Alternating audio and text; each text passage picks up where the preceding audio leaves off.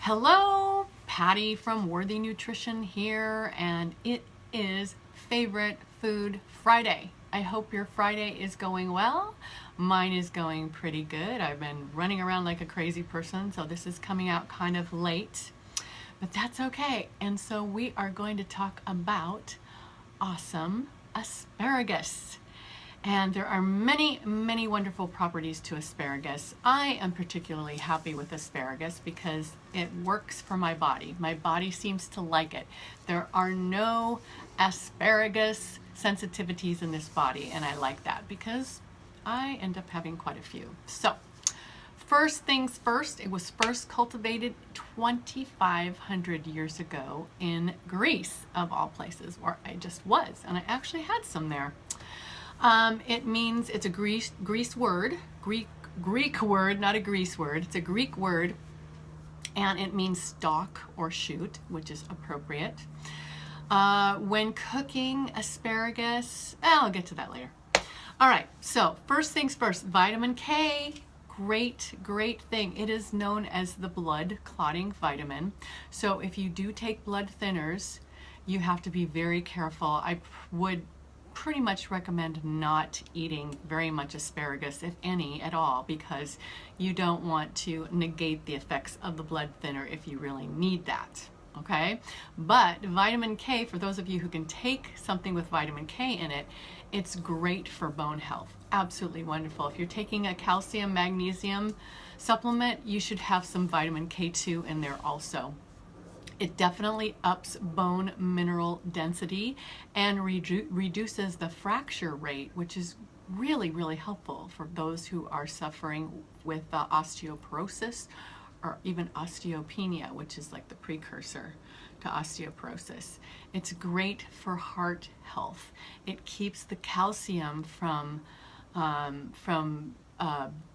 staying, and it gets the calcium out of the artery linings and tissues, so it prevents any kind of tissue and arterial damage. So yay for vitamin K.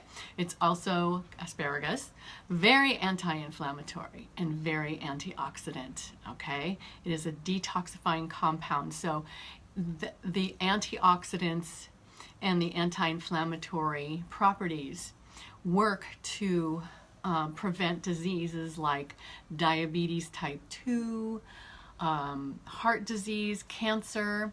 It contains a high amount of the antioxidant glutathione. And glutathione is the darling of us nutritionists. We just love glutathione because glutathione tends to slow aging. It breaks down free radicals, which is very anti-cancer. If you don't know what a free radical is, don't worry about it. On Monday Musing, this Monday Musing, I'm going to be talking and explaining about what a free radical is, and then you'll know. It helps with immune function. It destroys carcinogens. I mean, it does everything just fabulous. It's a very good detoxifying compound. I love it because I love asparagus. I try and eat asparagus as much as possible because I have something in my genes. It's a missing enzyme that helps the glutathione to be produced.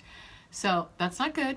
So I have to definitely take some precursors to glutathione, and I also have to eat foods that are rich in these glutathione compounds. So asparagus definitely qualifies for that. Hooray!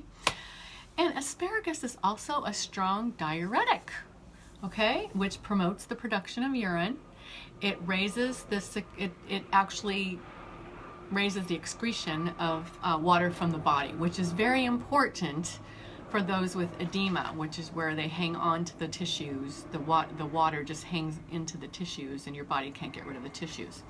So it's used in irrigation therapy with lots of fluid. Asparagus and lots of fluid will definitely get the accumulation of fluid out of those tissues, and that's important. While you're doing that, then hopefully your doc is figuring out why you have edema, because your body's not supposed to be hanging on to that water in your tissues. So there's usually a root cause. That's what we're looking for. It can also be used to treat urinary tract infections and other bladder issues that involve pain and swelling. So it's really good for that. Now, very high amounts of asparagus for the purposes of a diuretic should really be monitored by your doc. It's very important to do that because if you excrete too much water out of the body, then the lithium levels in your body can raise, and that can cause problems. So you want to make sure that you're doing that in conjunction with someone who knows what they're doing, mainly a naturopath, a functional medicine doctor, a holistic doctor, stuff like that. People like that, not stuff. Okay, and it's great for digestion. Of course, it has tons of fiber. And it also has a thing called inulin, which goes right through the digestive system without getting digested until it gets to the large intestine, where it feeds all your good bacteria there. And that's a good thing. Good bacteria is great for better nutrient absorption. It lowers the risk of allergies, and it lowers the risk of colon cancer, which is a very important thing. It's also asparagus is very high in folate, which is great for pregnancy, because we definitely want to get all those in there.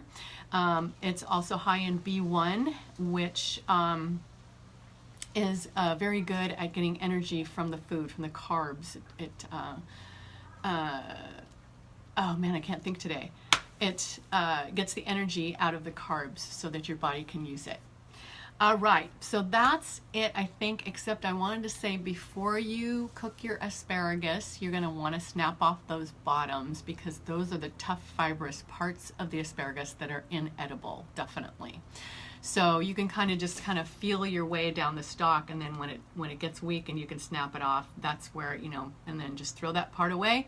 And you can saute asparagus, you can steam it, and I think the best way is roasted, definitely roasted or grilled asparagus, which my son Tyson is very good at doing, I understand. I have yet to try that, but I'm sure he'll definitely be cooking that for me soon. Okay, I think that's it. If you have any questions about asparagus and its use, please put that in the comments below, and I will get back to you as soon as I can. And I wanted to let you know that I posted on the Facebook page today, I did a video on how to eat healthy when there's no time, which is actually a myth. We do have time, it's just we have to prioritize, and it's just kind of how we think about it and how we feel about it that makes us feel we have no time. Everybody has the same 24 hours a day, yada yada yada, Okay, and so so go ahead and take a look and sign up for the video. It's instant access. As soon as you sign up, you'll get it in your email box, and you can watch it whenever you can. And it's very short. It's only about 18-20 minutes long, I think. 3 different ways that you can definitely eat healthy when you have no time. All right, thanks a lot for being with me today. I hope you have a great weekend, and ciao for now.